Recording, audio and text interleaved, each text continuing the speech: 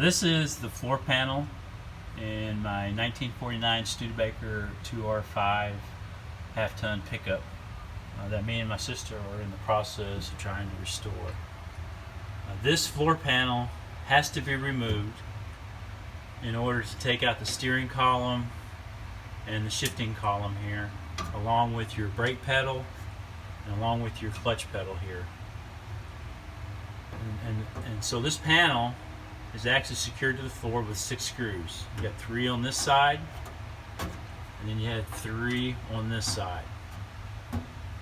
I was able to actually only remove 2 of these screws, and the rest of them just would not budge, and I was having a very difficult time trying to figure out what to do.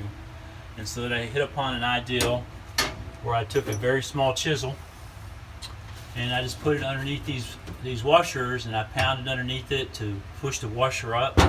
And in some cases, as you can see here, the washer broke, and when that did, that allowed that screw to break free, and so I was able to get the rest of the screws out.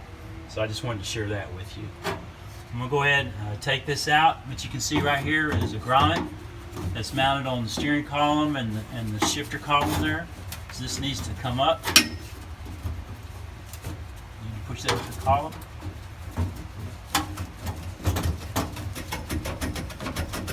Get it up there out of the way. I'm going to go ahead and remove this one screw that I left in there.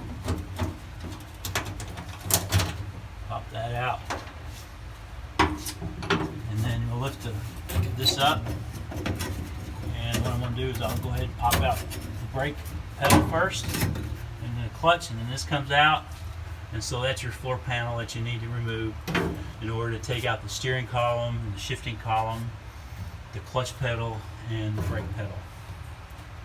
Hopefully this will help you all out. Thank you very much. Bye.